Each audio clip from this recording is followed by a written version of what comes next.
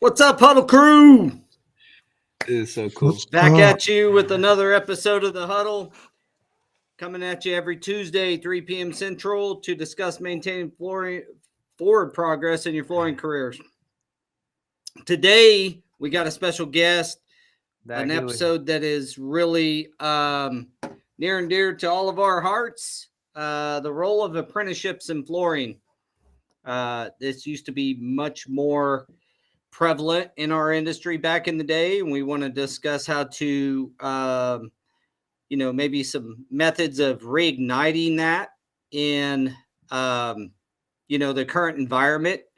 Not as many employee installers in our industry at the moment, and it's been that way for the last 15-20 years. So we got Carlos with us from NFCAP. That's the best way. NFCAP. That's the best way. NFCAP. NFCAP. No cap. So Carlos, and with me as always is Daniel and Jose Gonzalez from Preferred Flooring out of Grand Rapids, Michigan.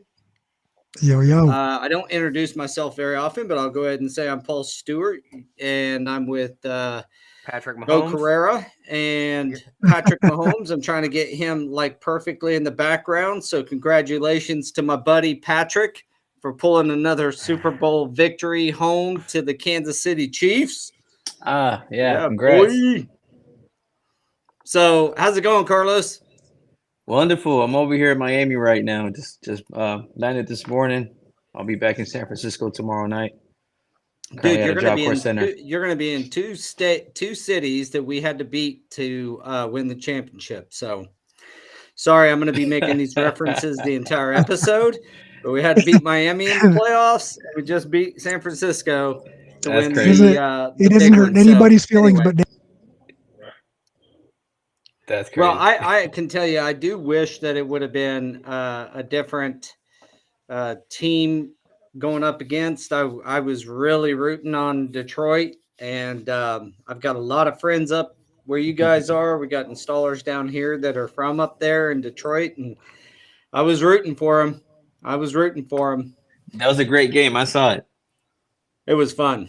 Yeah, San Francisco. They came back and beat the Lions. I couldn't believe it. I thought they were losing, but they came back. Hey, it was that third quarter, man. Yeah, it was that whole third second quarter half. got you. Yeah, we don't talk about that anymore. We just sorry guys, I forgot. We'll get it next year. we'll get it next year. We'll be back. Old news, bro. Why are you bringing up old stuff? Well, speaking of, championships, how do we turn installers into champions and win them a championship from a installation perspective? Like we tout this industry, we tout about how beneficial and rewarding it can be. It's one of the things I love about it. Not just, from a financial standpoint, can you do well in this industry, but there's just something about doing a project and standing up and finishing a job. You're the finishing touches to a lot of these homes and offices and hospitals. So it's something I've always gotten a lot of pride out of when I was installing was the completed product. So Carlos, you guys in NFCAP do a lot in this area, a lot in the arena of apprenticeships. It's a daunting task. I've talked to you several times. I know it's, not always the easiest thing to attack. I mean, I'm going to open it up with a question straight to you. How are you guys looking at it? How does NFCAP and the states, and how do people look at apprenticeships when we have such a heavy influence of subcontractors, which I love my subs. We got plenty. If you want to go out and start your own installation business, you got my support. I know you got these guys' support, but it does present a unique challenge to those trying to work with apprenticeships, does it not? Yeah. Honestly, it does not in the long run, and the reason why is because when we're out here and we're promoting the flooring industry and saying, hey, there's an opportunity for you to become a flooring installer, we're not selling a job. We're actually selling the opportunity of becoming your own flooring contractor. So that's the way that we get these students into interest into our program and coming into our industry. They go work for a flooring contractor for about 3 to 4 years. Once they complete their apprenticeship hours, then they get a certificate from the Department of Labor. Uh-oh. Uh-oh. He must Lost have got a phone Carlos. call. He'll be right back, I think. I think what he's alluding to is the opportunity to become a subcontractor, but getting these new Am I back? You're Yeah, back. did you get a phone What's call? up, Carlos? Yeah, man. Next time I won't use my phone for this. So once they get their certificate from Department of Labor, then they can transition and start their own flooring company and be a 1099. So a lot of these companies that we work with, they have the vision of they have an apprenticeship program already within their company, and they're already aiming that these students that they take in are one day going to end up being subcontractors for their company once they complete the apprenticeship program. So what we're doing now is making sure that they learn the standard of the trade. So by the time they already have their own company, they're actually installing quality work. Gotcha. Yeah. So as I was saying, when you dropped off there for a second, I think we're kind of talking about two different perspectives on this. Yes, you are talking about the opportunity to become your own boss and be a subcontractor eventually. That is a very intriguing offer, right? It is one of the industries you can go out and be your own boss. You can make a lot of money, or you can kind of have that freedom to balance your lifestyle. But from my perspective that I'm talking about is the complication it brings for your placement, because there's so few companies, particularly, I mean, you take a huge swath of the company. There's a lot of companies that do not hire on even apprentices or installers at all. I just got back a few weeks back from a tour down in Dallas, and I met with, like, you know, I think probably 12 or 13 different companies. Not one of them even had one employee installer. So, yeah.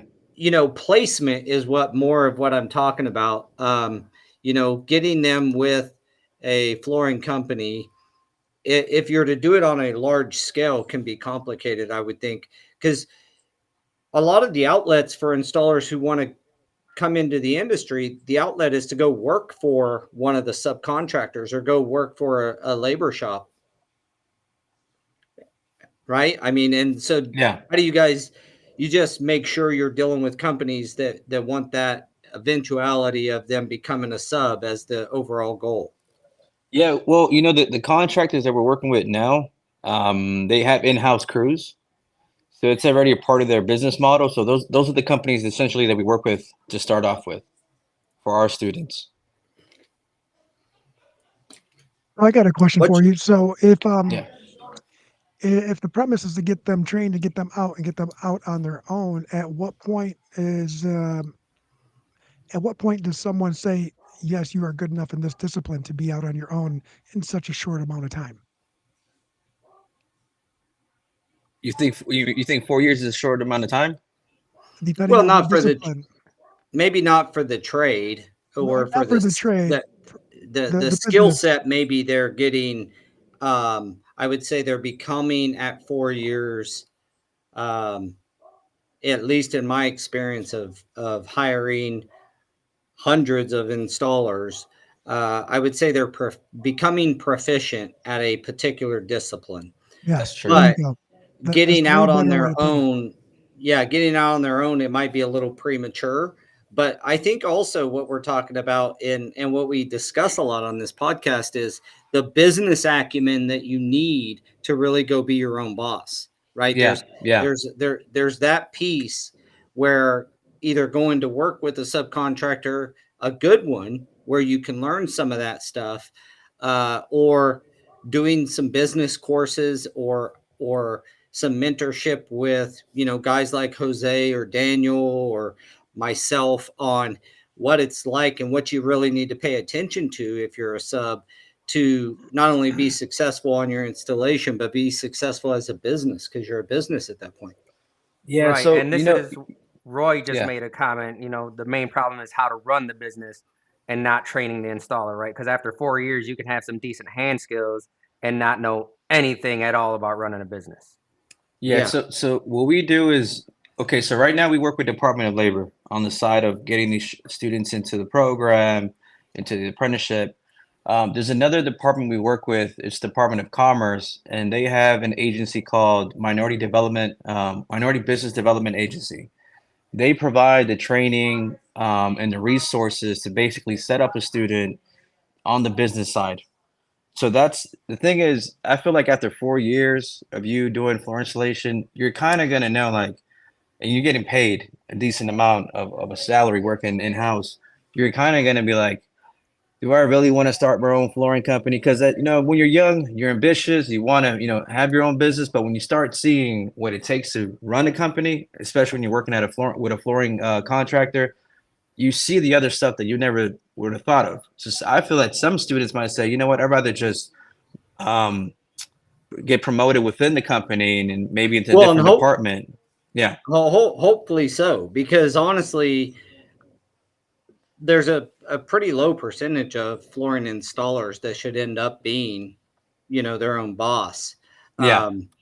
I mean, particularly that young. I guess not just what NFCAP is doing, but I'm curious of your take on this after being in it. Not so much just what you do, which is interesting and good, and I'm glad that you brought that up. But what's your guys's group discussion here? What are some solutions to properly maintain some of the new applicants that companies like NFCAP or FCEF or these other entities are bringing into the industry to make sure that the education continues for the person, and if they do want to go out on their own, what is the mechanisms, or what should we be thinking as an industry to make sure they're successful ultimately? Because having an installer come in, do a good job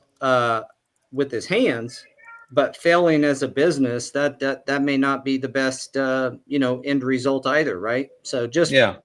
off the hip, not anything that's necessarily NFCAP specific, but what's your thoughts around those kinds of things?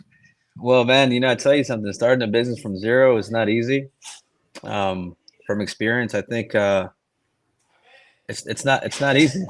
So I think someone has to be really resilient and have a drive and to stick in there and actually want to learn how to run a company and find a way how to succeed or how to market yourself against the competition. It's not easy, but I know if you stay committed and you work hard and you network in the long run, you can build a fruitful company. So it's not Yeah. it's not for everyone. It's not for everyone, but for the ones who have that heart, then yeah, they can do it. But if not, they can just have the skill set and work for a company that is always busy, a commercial flooring company. For sure, is most of the time is busy. Yeah. What about you guys, Daniel and Jose? I mean, Dave Garden just chimed in and said, uh, increasing or continued education should be a standard for all installers. I agree with that. Yeah, I I don't agree. think we should, ever stop learning. It's not like you get to the end of the 4 years and you're good, Yeah. Right. but And I think education in business as well, right? right. So I think when we talk about apprenticeships, for the most part, you kind of relate it to the union because it's union strong, right? So when you talk about apprenticeships, you're talking about going through that course for the 4 years and then basically saying, all right, now you can do whatever. But I mean, they still train on a regular basis as long as they're part of that union. So I think we just need to get to that point where it's not necessarily frowned upon by so many people. Like, I already know what I'm doing. I've been doing it for 20 years, so I don't need training, right? And we talk about this all the time. But it has to be where I think that's where the benefit of actually having the employee installers kind of like similar to the union, right? But a union doesn't necessarily have to employ them full time, right? They can go from union shop to union shop. But having the employee installers kind of gives you, or at least them, like they will actually want to train. Since I mean, like for us, we pay the guys when they come in and train, and it's just that's not the case when you're on your own, and that's why a lot of the guys that are 1099 or doing their own thing, it's like they either have to go work today to make the amount of money they need to, or they're going to go to a training and lose a bunch of money and then fall way behind. So it's just that. I think that's like the stigma, but like Pruitt, hey, what's up, Pruitt? He just chimes in and says, good morning, everyone. But it's 3:00 in the afternoon. He's still on he Kansas just City woke up. Chiefs hangover. Yeah, he just woke up from the game. But that's the stigma, but it's not true. The most successful guys I know that make the most money in the industry are the ones who are dedicated to education and training them, getting training. They invest their time in the education and training, and that's how they view it. They don't view it as spending money to go and losing money to go get trained. They view it as, I'm going to invest this amount of time, this amount of effort and money so that I can, increase my performance, increase my standing in the industry, and command a bigger dollar and get better projects, get more rewarding projects that pay better. I mean, that's what I see. That's the proof. That's the data. I think it's a farce that somehow you lose money by becoming more educated. If that was the case, we wouldn't have any doctors or any surgeons. Like, they go do this stuff, and then you get out of it. And yes, there's a sacrifice period, but you get out of it and you can command more money. I mean, that's what I think I see happening more than I agree with you. It's kind of like, you take all these courses, you take all these certifications, you're getting better at what you're doing, you're becoming a professional, and you build a sense of pride of what you're doing. It's become a craft. It's like a craft at the end of the day, artisan. And what I've realized from the experience of doing this for the past almost 5 years of doing the legwork and just seeing someone talk about apprenticeship. Like the other day, we had a class in Austin, and this individual who's been in the industry for quite some time, but he just joined the apprenticeship. He was proud to say, like, I'm in school again. I'm an apprentice. I'm learning. And just seeing how he felt of being a part of an apprenticeship program and the pride that he was demonstrating, it just showed that it's a shift. We're not just a regular flooring installer putting floors in. Like, there's pride behind it. It's starting to become like a profession now. And that's the way we promote it to the students. That's why we take them to the trade show. Like this is our industry. It's big. It's not just some small thing. It's the students that we took, they were blown away. They had a change of heart about our industry. And so that's something that we want to keep portraying, that being a flooring installer is not like a low job. It's something great. And I think the next generation thanks for bringing them, by the way. Thanks for bringing them. That was really, really cool to see you guys cruising around the trade show and joining us on the podcast there. That was neat. Yeah, that was pretty awesome. I do want to apologize, guys. I have to take off right now, though. So I don't want to. All right, man. Take care, brother. I'll tell you guys what's going on later. I don't want to bring down the mood. Got it. Very good. All right, sir. Kudos, Daniel. Best of luck. I'm not. Hey, Daniel. Sorry about them lines, man. Hey, we'll get him next year. That's what we say every year. So, as we're continuing this apprenticeship talk, and I'm not sure what's going on, but I hope everything's good with Daniel. So we'll wish for the best there. But one of the things about apprenticeship to me is gaining, experience in not only what you're doing, but how to operate projects. We got a podcast coming up about site conditions and how they can impact your profitability. learning how to properly set up projects even after you've gotten through your apprenticeship. Um, the that's the real benefit of being with a company or being with being in an employee standpoint before you go out and start your own thing. So we say this a lot on the podcast here is like, take your time before you go out and start your business. Work with a company, really understand the best ways to set up jobs, and because that has a lot to do with your potential success in the future.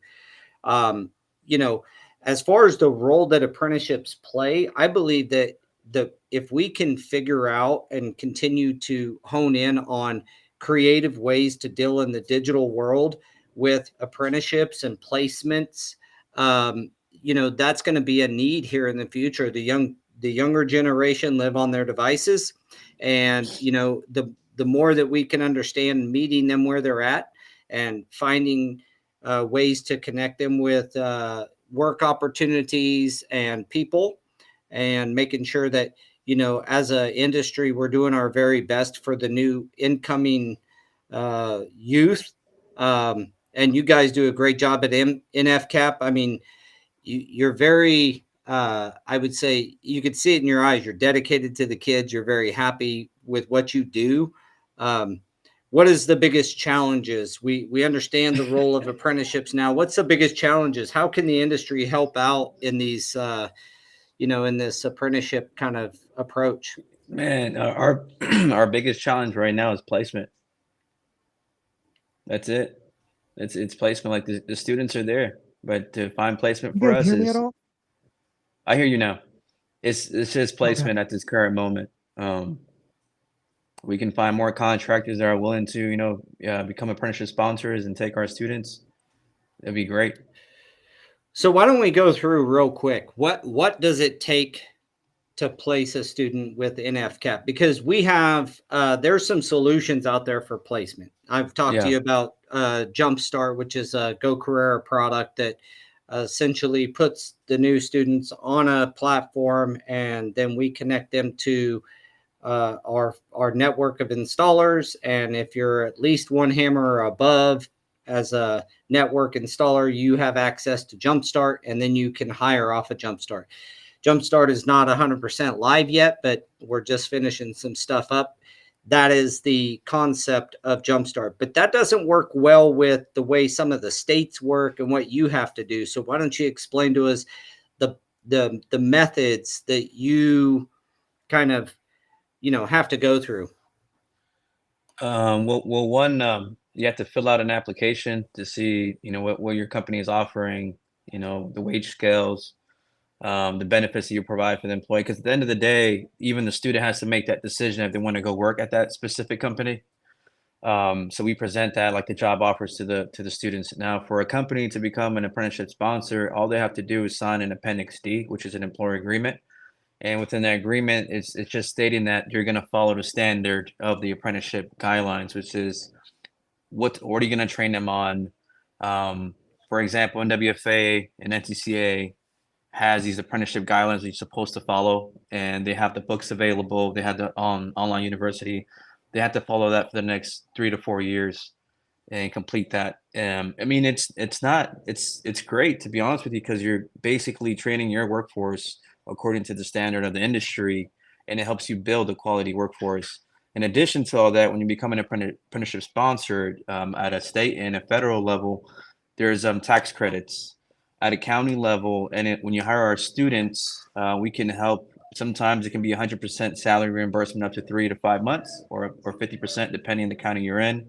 Another thing benefit is that the students, they get tools up to 1,500. We also cover, for example, if they're going to do the work flooring specialist, we cover that NWFA certification costs. If they're going to be an NTCA tile setter, then we also cover the CTI certification cost. So these students that we bring to the table, they come with resources that help them succeed. Not only that, on top of all that, we help these students transition from Job Corps. A lot of them will relocate to new cities that they don't have any family members or apartments or nothing like that. So we help them find a place. We help them get grants so they can get a down payment to a car, or at least pay 1 month of their rent to give them a little boost in life. So we help them get stable within the first 3 to 6 months once they transition out of Job Corps and start working with the local contractor. So that was going to be Yeah, one of my so questions for you. Was I don't know how well you guys can hear me, but my microphone and my I hear you. headset's I hear not you we hear clearly. you just fine. cooperating. Yeah. But that was one of the questions I was going to have for you too. Was when they're transitioning and they do want to, basically travel and go out of state and maybe set roots somewhere else. I didn't know if there was any solid programs in place for that. Yeah, so the way that it works is it doesn't matter where the student wants to go. Um, as long as before they even get there, we set them up with the local workforce board to get eligible.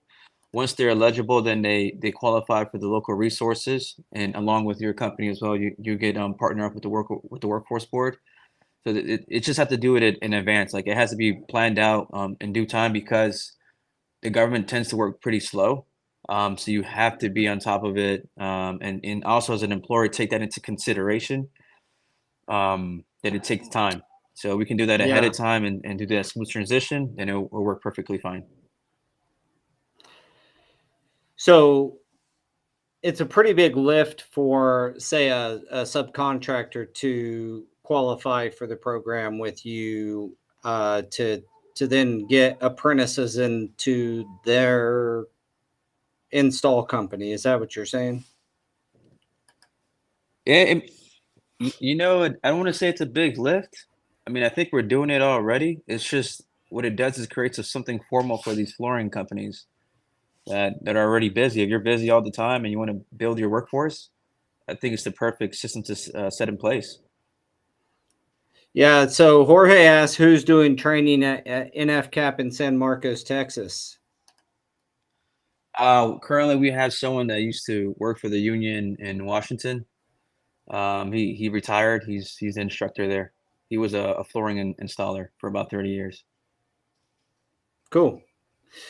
Yeah. So like there's Dave Garden said, I pulled it up a minute ago that the largest problem is the 1099 system. To delve into that a bit, it's subs paying their employees or the people that work for them on jobs as a 1099 and not hiring them as employees and properly training them and getting them, um, in touch with different opportunities to become better. I think that's what he's referring to. He may chime in and correct me, but you know, uh, Dave is used to own a large.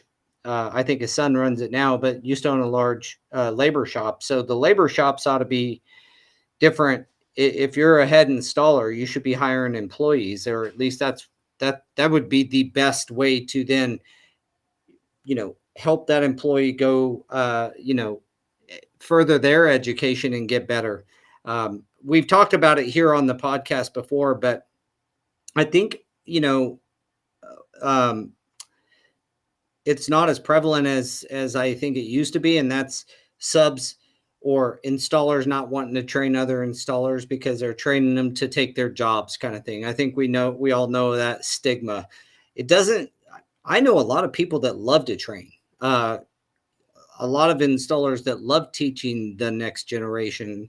Do you run across that much, Carlos, when you place a new apprentice into a place where the feedback comes back that he's not being well received or something, to Yeah, like, or is that a old tale that just keeps coming up?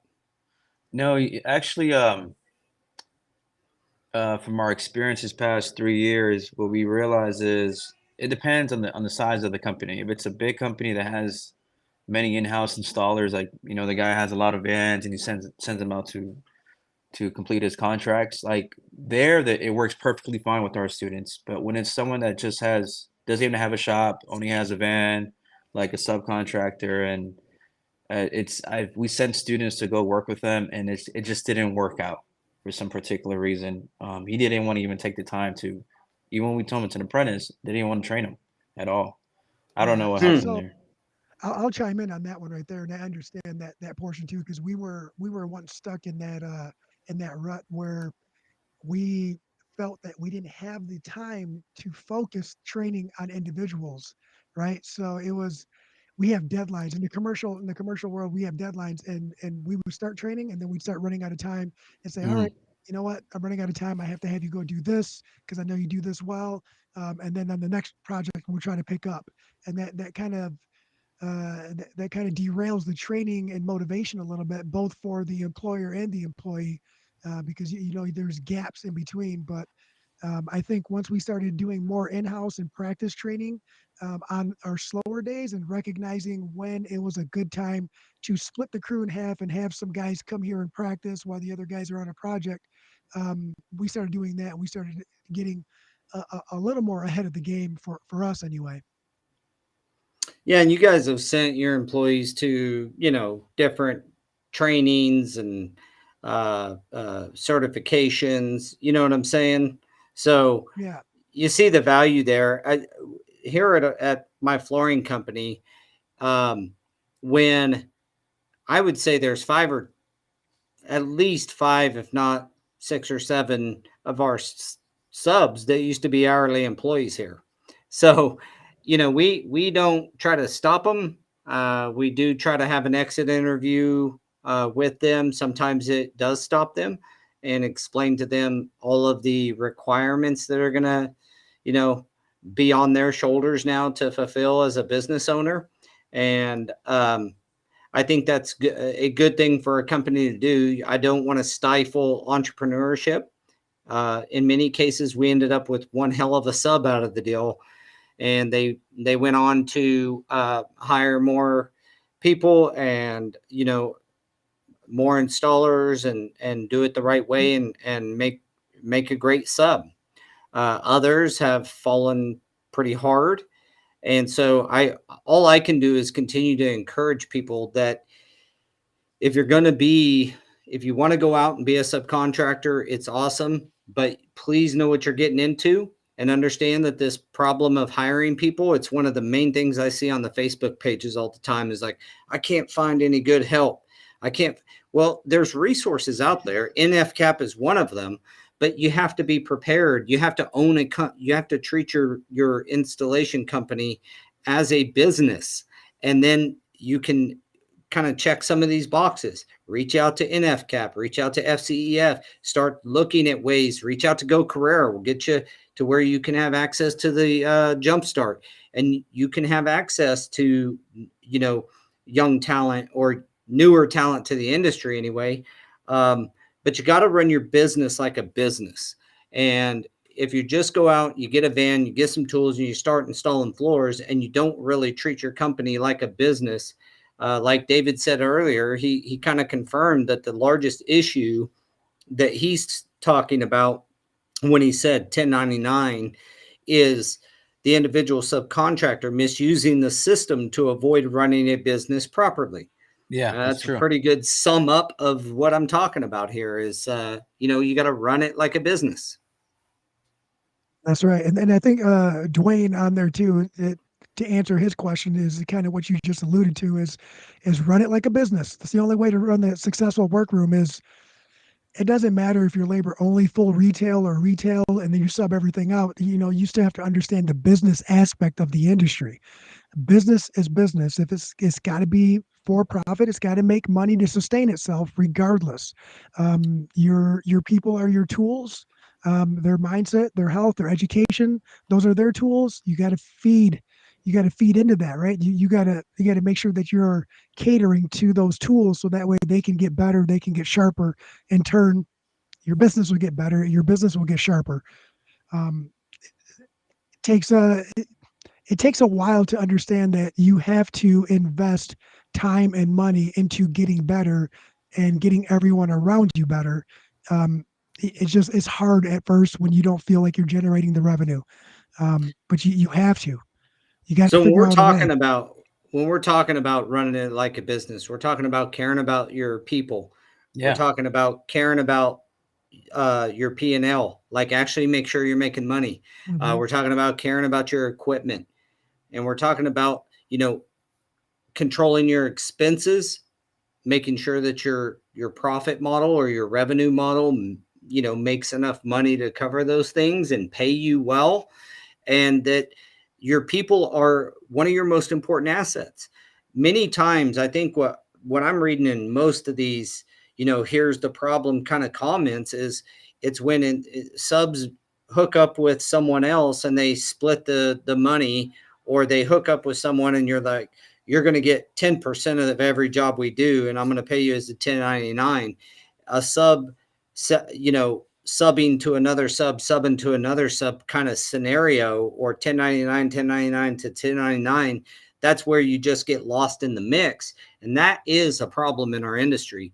If you are a shop, or you're a labor, whether some people call them brokers or what have you, but if you own a labor shop and you are working, the thing that separates you from everyone else is how you treat your people, and how you educate your people, and how you pour into them to help them get better, like Jose was just talking about. And Well, guys, I want to add something about that whole 1099 thing. Not too long ago, I had a meeting with the company in Dallas, Texas, and he was informing me that the IRS is starting to track down on stuff like that. If a company that's supposedly 1099 is receiving more than 80% of income from one company, that's not even 1099. And then the IRS is going to go after that company to get those taxes. So that's something that's in the trickle move up. right now. That's a trickle up. Yeah, that's what's happening right now in Texas. So this guy's like, he's like, hey, I got to change my model and just do W-2s just to avoid that wave that's about to take out a lot of companies within our industry. Yeah, there's a lot of different metrics that they're using. One of them being, control. One of them being the capability for profit and loss. That's another metric that they, can these subs lose money, right? Scheduling, and that falls under the control piece. Taxes, work comp, those kinds of deals. And is the sub working for other people? That's one of the reasons I'm so, pro Go Carrera. The fact is that all my installers that work for me are also on the network doing work for other people, and it's all right there on the platform. And you can see that they don't just work for me.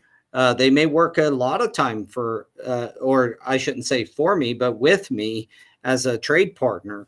But they also get other work on Go Carrera, and they have to maintain their own insurance. They have to maintain their W-9s and pay their taxes and that stuff.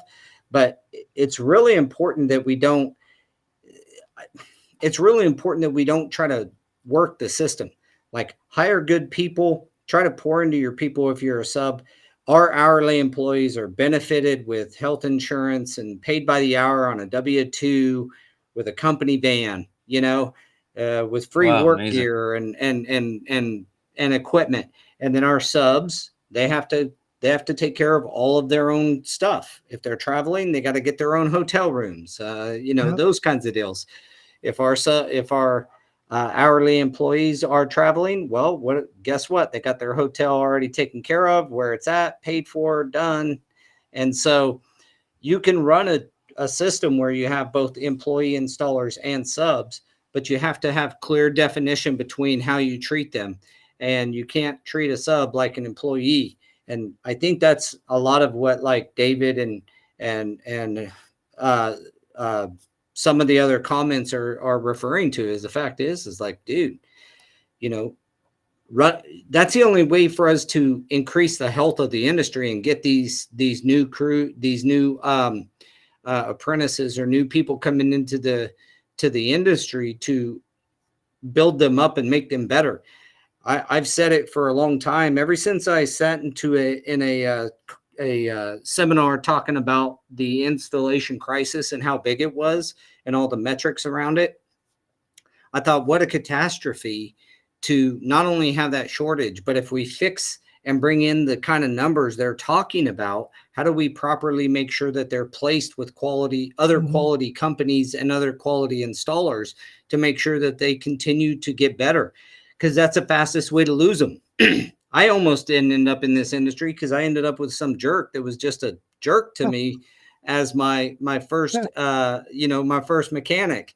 And we got to change that attitude and invite these guys in, invite these new men and women into our industry and pour into them and try and help them get better.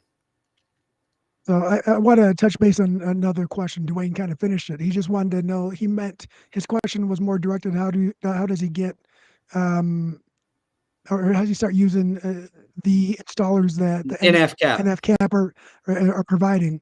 And I think it's just a matter, he said it earlier, and Dwayne must not have been on, but you just got to fill out a form, like a pre-qual, and give you some information and see where it goes from there. And I don't think where's Dwayne located? He's located here in Wichita. Wichita. Yep. Yeah. So the first time I was over there, I say, "Hey, where's Wichita at?" They're like, "What's Wichita?" But I do want to add, just for clarification too, just in case anybody's there's the QR code, Dwayne. That'll get you to the place where you need to get in contact with Carlos, and hopefully that helps you out a little bit. So some of the benefit, and this, I'm going to kind of summarize it a little bit, is NFCAP is providing training for individuals to put them out there in the workforce, to introduce them to companies or to go on their own.